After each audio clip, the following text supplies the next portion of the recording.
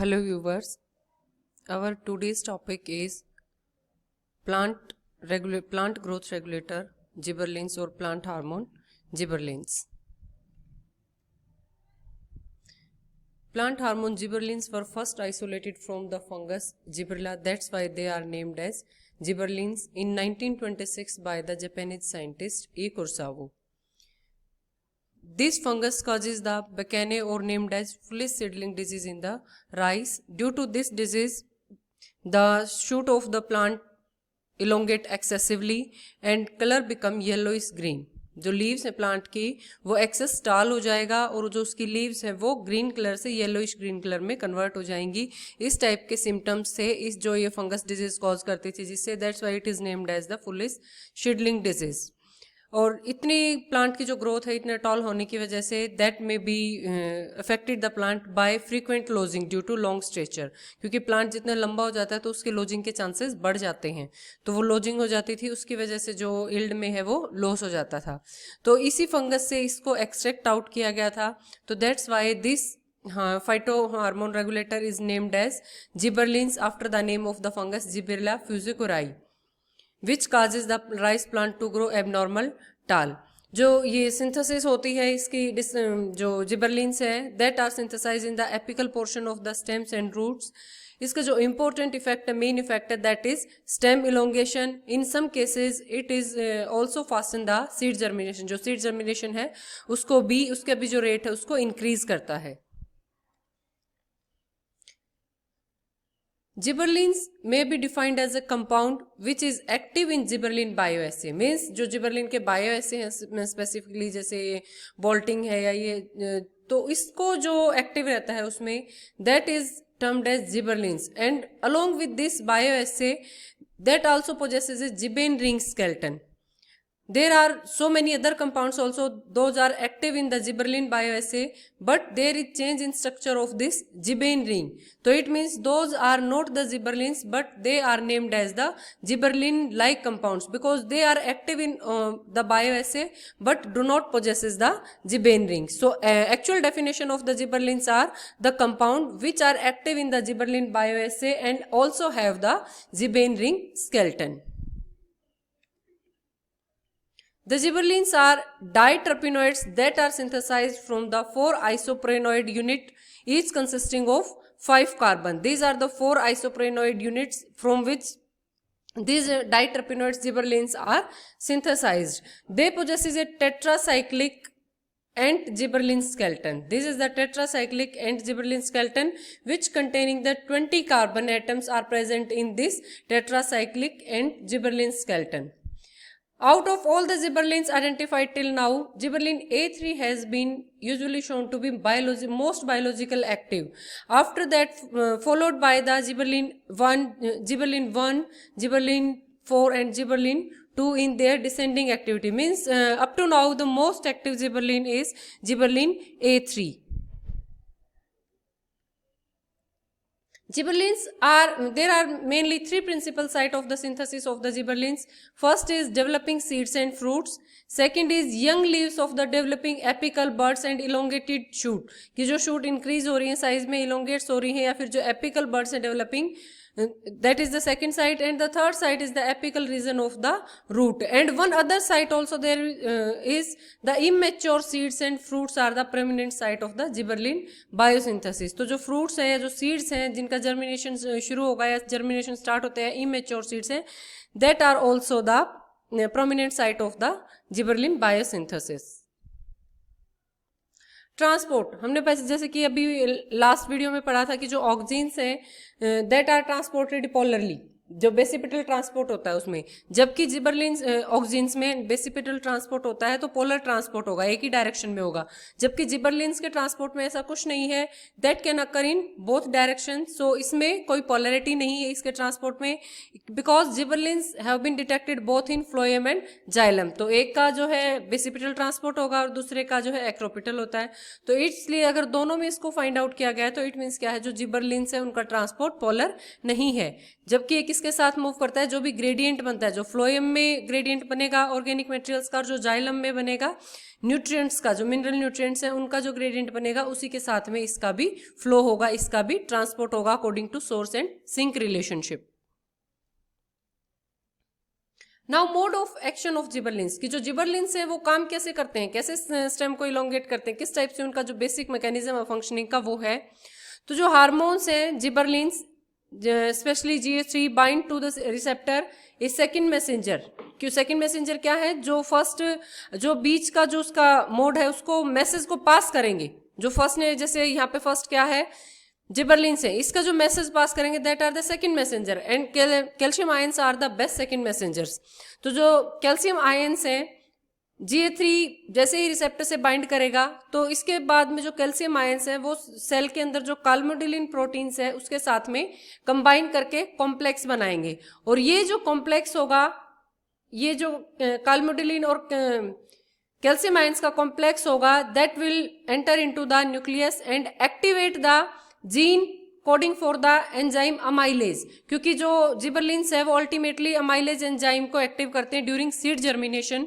तो ये उन जीन्स को एक्टिवेट करेंगे कि जो अमाइलेज को सिंथेसिस करते होंगे, और अमाइलेज की जो प्रोटीन बनेंगे और उससे अमाइलेज जो एंजाइम है उसकी फॉर्मेशन होगी। और ये अमाइलेज क्या करता है, amylase act on the starch to release sugar used as a source of energy in the growing embryos.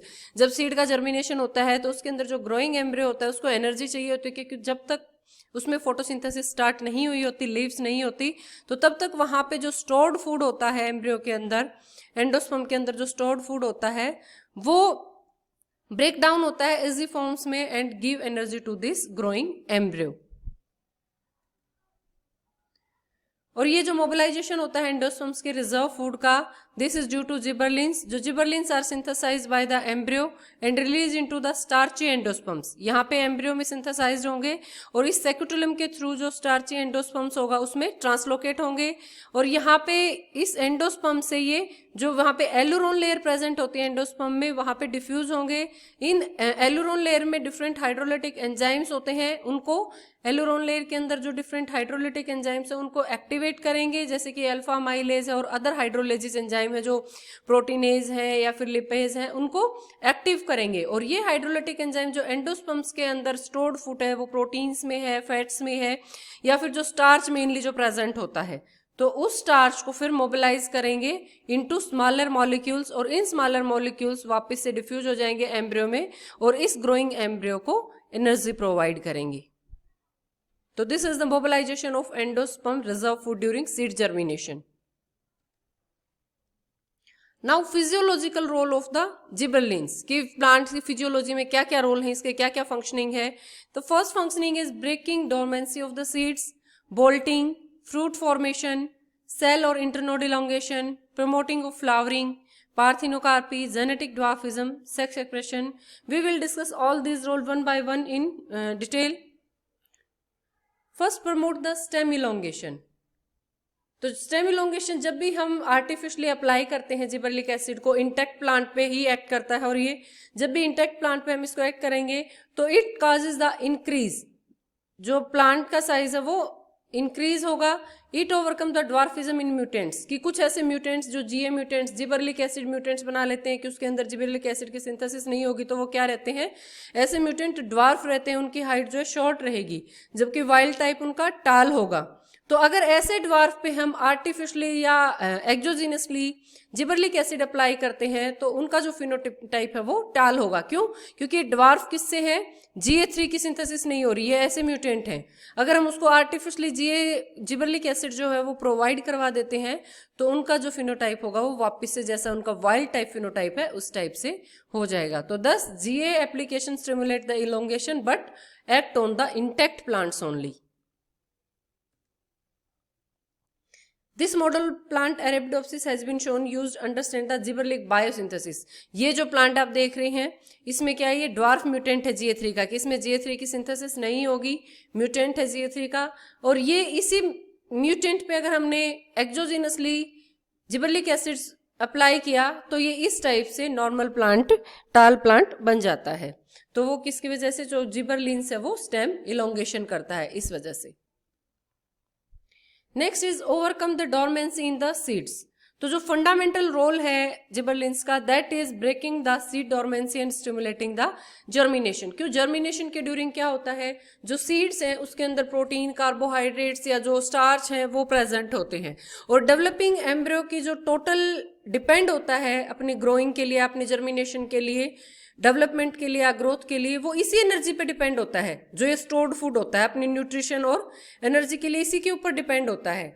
तो these reserve food must be mobilize and transported to the embryo. तो ये जो एंडोस्पर्म में stored food है ये embryo तक transport होगा और मोबिलाइज होगा, और वो जो मोबिलाइजेशन होगा वो किसकी वजह से होता है?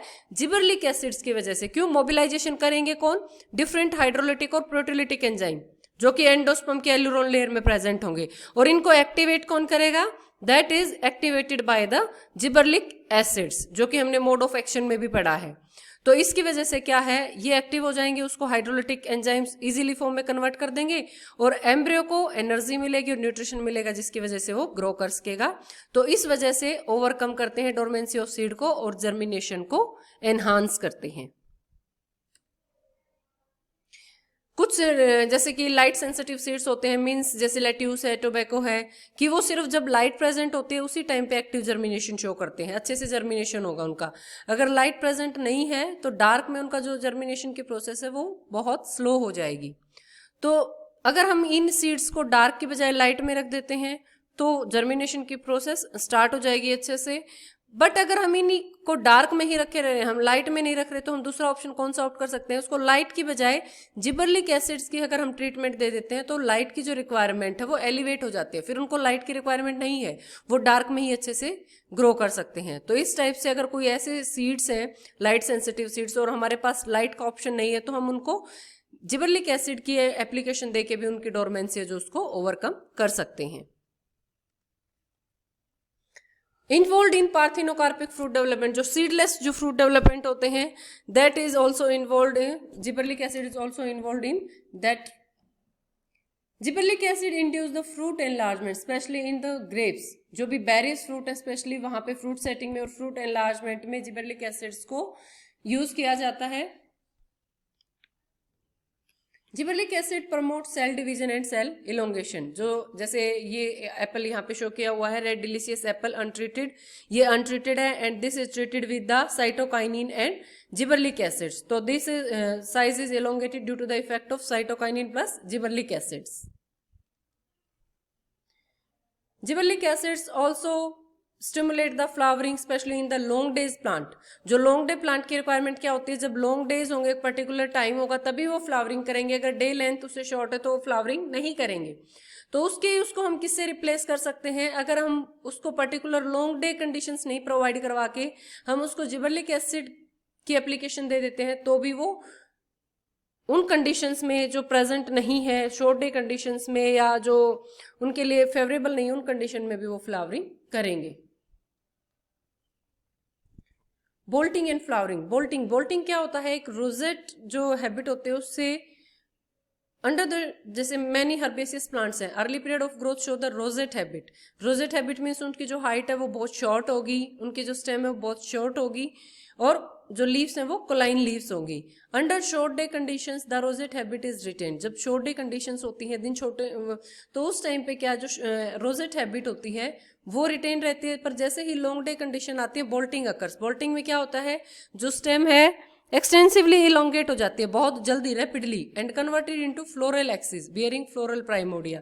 वो इलोंगेट होगी और जो फ्लोरल एक्सिस है उसमें कन्वर्ट हो जाएगी। तो ये जो बोल्टिंग है यहाँ पे किस कंडीशन में हुई? लॉन्ग डे कंडीशन होती है तब उस टाइम पे हुई। बट इस बोल्टिंग को हम शॉर्ट डे कंडीशन में भी इंड्यूस कर सकते हैं by the application of gibberellins. So we can induce flowering और bolting condition under non inductive short day, कि जो नॉन इंडक्टिव पीरियड है इनका शॉर्ट डेज का, उसके ड्यूरिंग भी अगर हम प्लांट जब रोजेट हैबिट में है उसको अगर हम जीए या जिबरलिक एसिड्स की एप्लीकेशन देते हैं तो वो बोल्टिंग शो करेगा एंड फ्लावरिंग शो करेगा। सिमिलरली इन हिप्पोकैम्पस नाइगर, जो कि लॉन्ग डे प्लांट है, जिबरलिन ट्रीटमेंट्स देते हैं तो that causing bolting and flowering under non inductive short days. जैसे कि यहाँ पे शो किया हुआ अनट्रीटेड प्लांट है, that show the rosette leaves during short day condition. अगर इसी प्लांट को हम ट्रीट कर देते हैं with the GA3 that shows the bolting and the flowering condition under the non-inductive period. जो short day condition है उसी के अंदर ये इस टाइप से शो करेगा with the application of gibberellic acids. Next is sex expression. In plants with separate male and female flower, G application can determine the sex. For example जैसे Cucurbitaceae family के जो प्लांट्स है उसमें क्या है कि जो मेल फ्लावर है वो अलग ब्रांच पे होते हैं, फीमेल फ्लावर है वो सेपरेट होते हैं. या स्पिनच है तो इसमें क्या है जीए का जो अगर ट्रीटमेंट हम देते हैं तो उसमें proportion of the male flower will increase. और ये जो सेक्स एक्सप्रेशन का इफेक्ट है ये डिफरेंट प्लांट्स में डिफरेंट है जीए एप्लीकेशन का. जैसे कुकुरबिटेसी फैमिली में है वो मेल फ्लावर को इंक्रीज कर रहा है, और अगर यही जीए ट्रीटमेंट हम मेज प्लांट में देते हैं तो in that cases female flower development will increase. So G application also affect the sex expression of the plant. Thanks.